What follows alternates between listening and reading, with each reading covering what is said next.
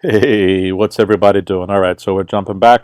We're going to do part B to grade for part 2. Okay, so let's just continue on here. We have about 4 more problems, which is probably going to take, I'm guessing, half an hour. Let's see. All right, so what question are we up to here? 51.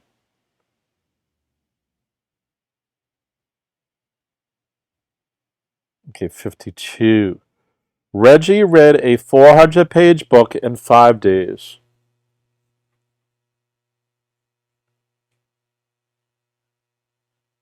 Okay, so I don't know where to go to that, but he read 400 in 5 days. Okay, which so far implies he's read 80 pages a day. Okay, on average. I don't know where it's going. I'm just trying to make sense of it. On the first day, he read 128 pages. Okay, so now that they said that, I can't use this anymore because they're not going there anymore. So on the first day, he read 120 pages. Each day after that, he read the same number of pages. The count is called P. So the first day, so he does 5 days. 1, 2, 3, 4, 5. On the first day, he reads 120 pages. Then it's telling us for each of these pages, he reads P pages. He read P there, he read P there, he read P here, and he read P here. Okay? Write an equation that can be used to determine the number of pages P read on each day after the first day. So they want us to find what P is. So first of all, they don't want us to solve. They just want to write an equation.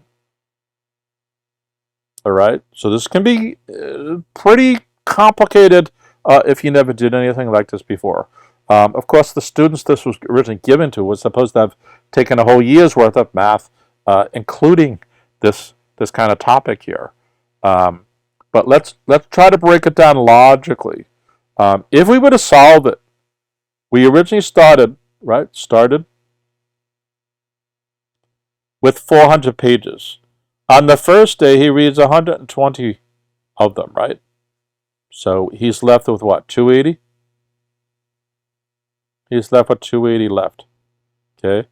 That he has to read for day 2, 3, 4, and 5. So what we're going to do is divide that by 4 days, and that means he read 70 per day. And that turns out to be what the P they're looking for is. So then it says using equation to determine the number of pages you read each day. So I haven't written the equation yet, and I haven't used it either. But now that we ripped apart using this and this analysis, we can do that. Okay? So the first thing we want to do, and I'm going to show you a goof up here, is we're going to write 400 minus 120 equals 280. So that's our first equation. And then we're going to do 280 over 4 is equal to P. Okay? There's a problem with that. It says write one equation, an equation. This is 2. This is equation A and equation B. So therefore I lose points. So what I need to do is combine these together. So let's change my color to green.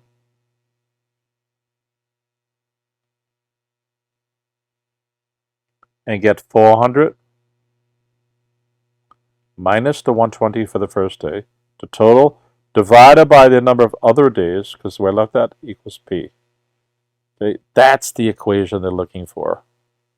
Okay, and then if we actually go and plug this in here, that was a 4, we're going to get the 120 over the 4, and then it gives us, we're going to get the 280 over the 4, and that's going to give us the 70.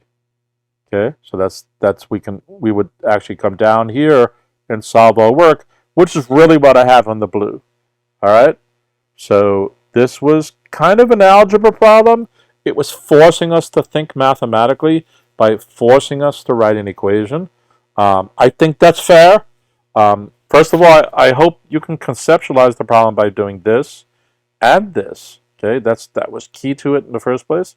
But you should be able to also express it. You know, if you're learning Spanish, talking French or English instead is not learning Spanish, or you're doing something else. So we're trying to talk about the way to express something mathematically. So it's not unreasonable to be asked to write the expression out. Okay. Just as a sidebar, some kids. Let me change the color of this one more time. Actually. Let's go with the orange.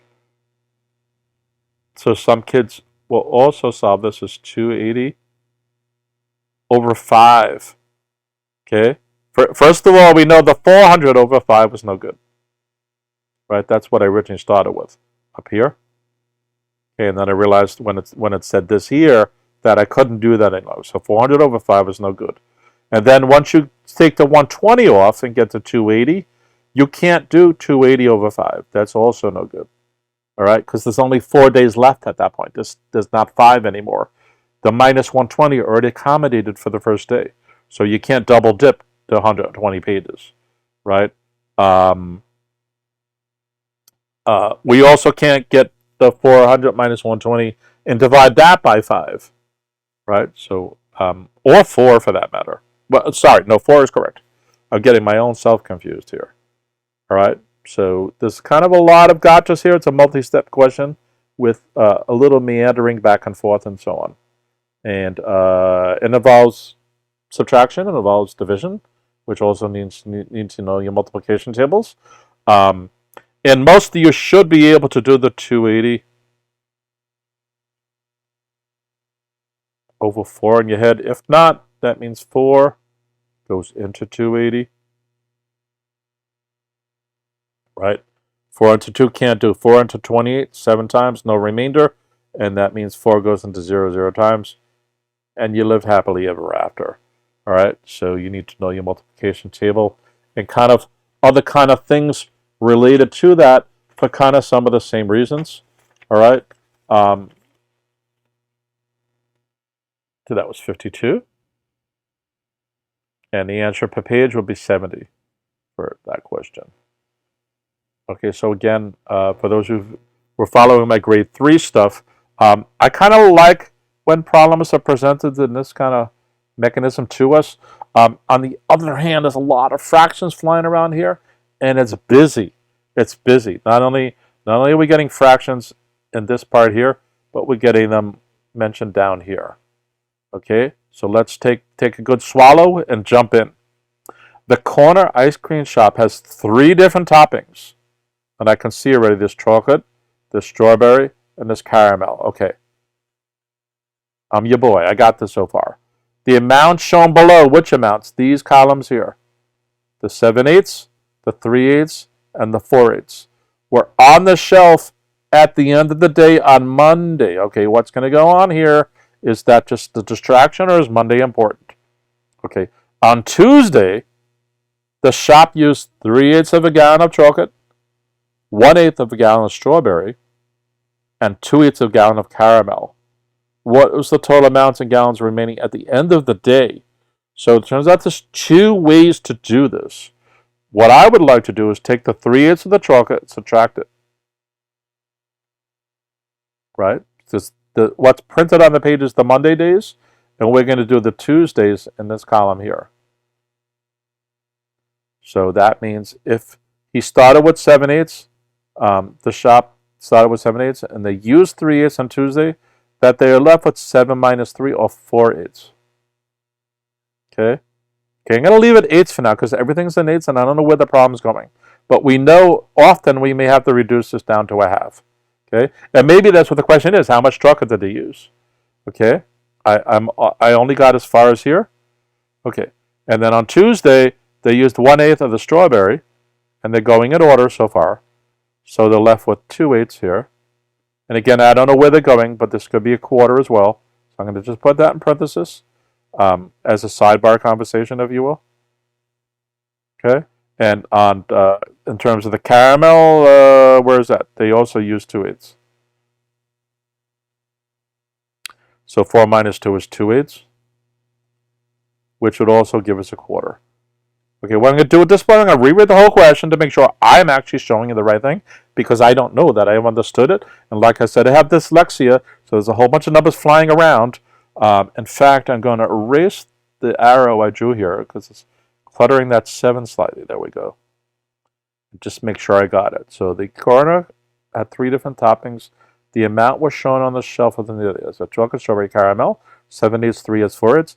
On Tuesday, the shop used 3/8. Cool, so I have 7/8 minus 3/8, 4/8. Good. Chocolate, a half a gallon of strawberries, so 3/8 minus 1/8 is 2/8 again, which is a quarter. Cool. And then 2/8 a gallon. And by the way, it's important that we're looking at gallons, gallons, gallons, gallons, gallons, gallons. And what is the total amount in gallons remaining at the end of Tuesday? Okay, so this is part, there's an interim part of this whole thing here. Everything I wrote there, that's part A. There's another part B here, which is what is the total amount of the remaining at the end of Tuesday. So the total amount is going to be these columns here. So I can keep them in eighths. So I'm going to do 4/8 plus 2/8 plus the 2/8. So if I did that right, I get 4, 5, 8/8. And that's equal to 1 gallon. Okay, so that should be our answer. All right? Okay, the other way to solve this was to add up the column over here.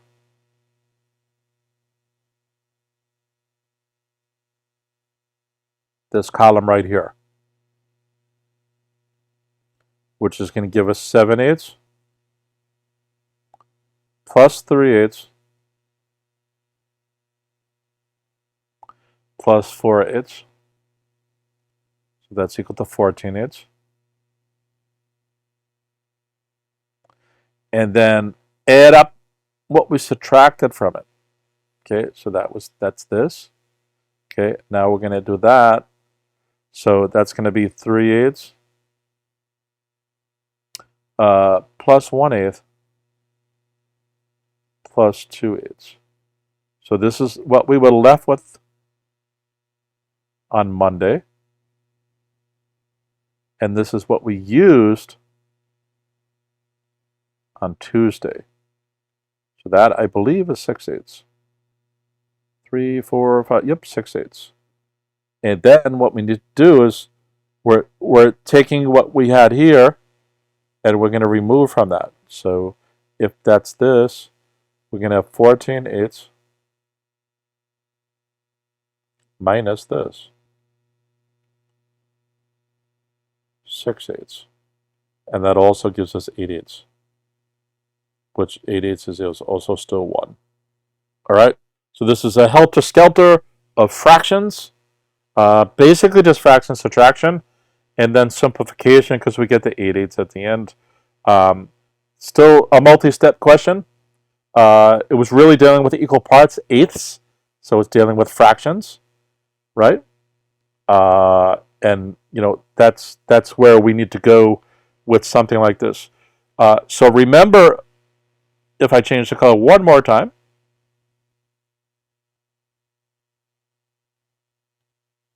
that the answer is not 14/8. It's not 6/8. Okay, it's not one or the other. It's the subtraction of the both of them. Okay, and it's not multiplication. It is not 14/8 times 6/8. That is not what we're being asked to do. There's no multiplication and there's no division. All right, so this is definitely an operations question, but it was basically about addition and subtraction. That's it. Nothing deeper going on there involving these equal parts. Okay? And it was not about multiplying something by 8 either. Kids seem to go a little awry with that. I'm kind of not sure why, but I guess when you don't know what's going on, you're kind of lost and you kind of grasp for things. And it's about taking each, and this was a busy question. It's about taking it One step at a time. Really important to take it one step at a time. Rip it apart, reconstruct it back. And again, feed your answers back in. Doesn't make sense that the answer will be a gallon, right? If you ended up with 20 gallons, you barely started with that, right? This over here, this is about 1.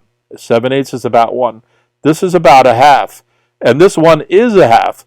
So you're not even starting out with, why did I write a quarter if I'm saying a half? So this whole thing here is at most 2, right? And if you're subtracting things off of it, then how could you end up with 10? Right? So it makes sense that you end up with an answer that's less than 2 because the whole original thing wasn't even 2. All right? And we can do that here even because we have the 3/8, which is about a half, right? And the 1/8 is half of a half, and 2/8. But when we have the 2/8 and the 1/8 is 3/8, we have 6/8. We got about 3/4. So we're taking 3/4 away of something that wasn't even 2 in the first place. All right. So the estimate kind of works out that the estimate gives us 1 point something gallons or 1 and something gallons. Right. So if we end up with negative numbers or super large numbers, and a super large number in this case is even 10, right? It doesn't even have to be 100 because 10 is just so far off from starting out from less than 2, it makes no sense. All right, so you have to use your common sense, practicality, throw pragmatics into it. However, at the end of the day, it's the math that's the clincher, and you have to do your math right to get it right. There are examples. I think I gave one in the grade 3 where estimation can sometimes give a number that's really kind of too large or too small and get you off pace, at least by a magnitude, right? If the answer is 2 and estimation gives you 10, then 1,000 is still way too large, right? So that kind of a thing. All right, so that was 53. So that deals with fractions and equal parts. And again, your semi-clue here is gallons. Remember, it doesn't have to be full gallons. It doesn't have to be rounded. So the answer could have been 1 out of 1,000 gallons, right? It wasn't, but I'm just saying that's a valid choice, right? It doesn't have to be a whole number or something like that. Okay, 54. Whoops.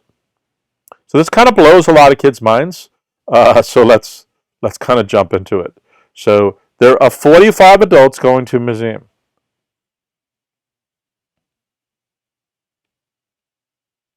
Okay, it's the next sentence that probably kills a lot of kids, students. There will be twice as many students as adults. So there's twice as many. So that means this must be 2 times 45, which would be 90. Okay, think that through, right? We're stopped right here. Okay, there will be 45 adults going to a museum. There will be twice as many students as adults. There's twice as many students as adults. There's got to be 90 of them. Okay. The next says each adult ticket costs $25 each. So probably they're asking us to do a multiplication there.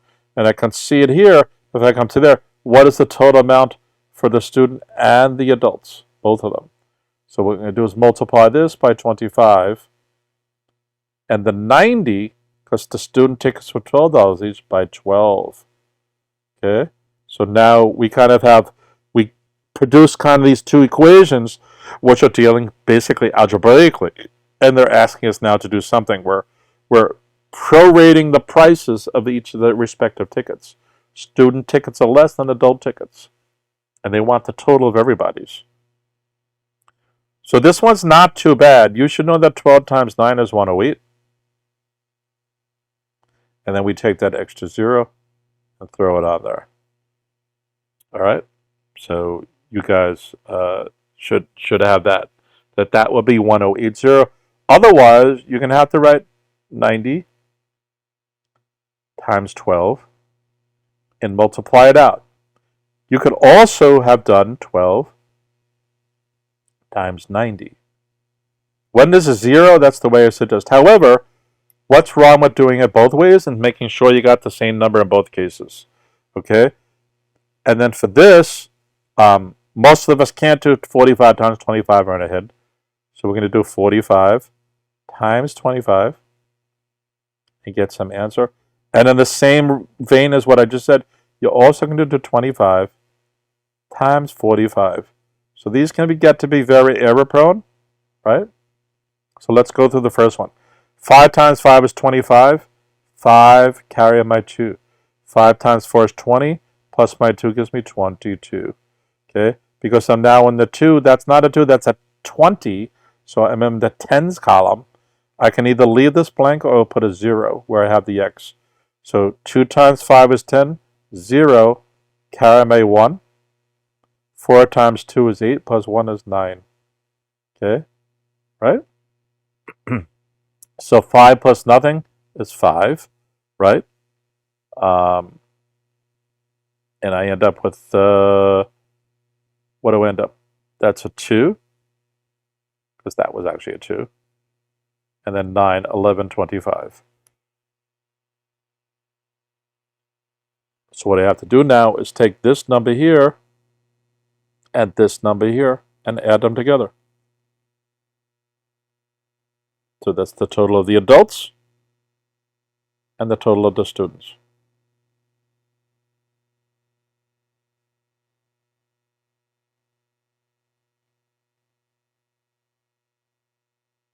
And we get 2205 as our answer. Okay, there's a lot of arithmetic going on here, a lot of multiplication. Key was realizing that there's twice as many students.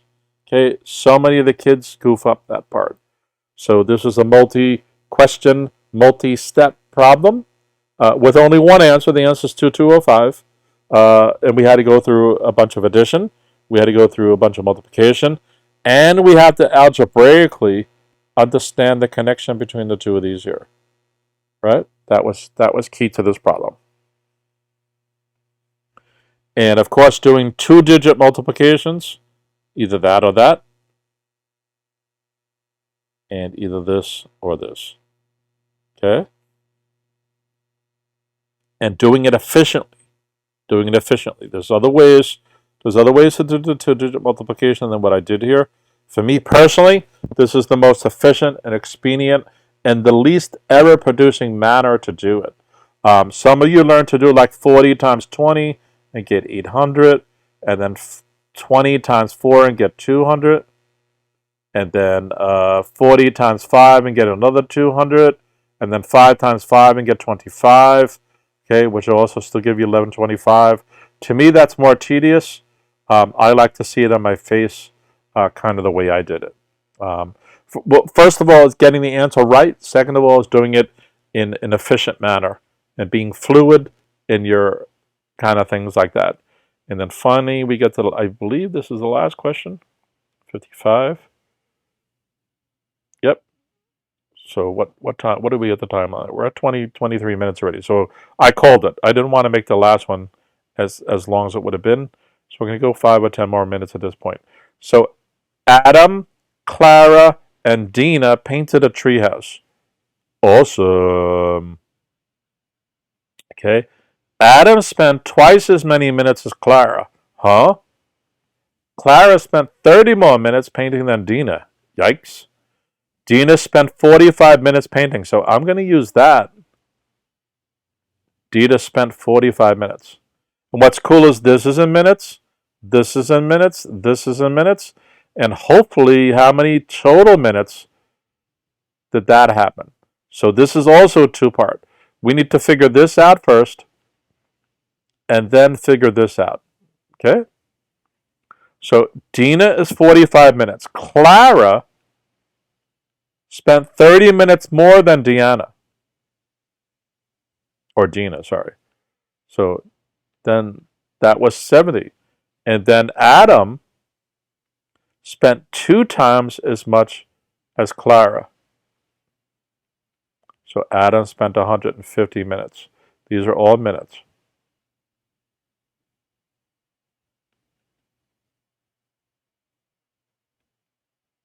Okay. What is the total number of minutes that they spent? So it seems to me it's 150 plus 75, and you can do that piecemeal. You can add those. and then finally add in the 45 to it. Okay, or we can do it together. 5 plus 5 is 10, 0. Carry 1. Okay, what do I get there? 17, if I'm doing that right. Carry 1, and I get 270 minutes. Just to be sure, yep, they're looking for minutes is my answer. I always want to check that unit if they give it to me to kind of confirm that that's what's going on here. Okay,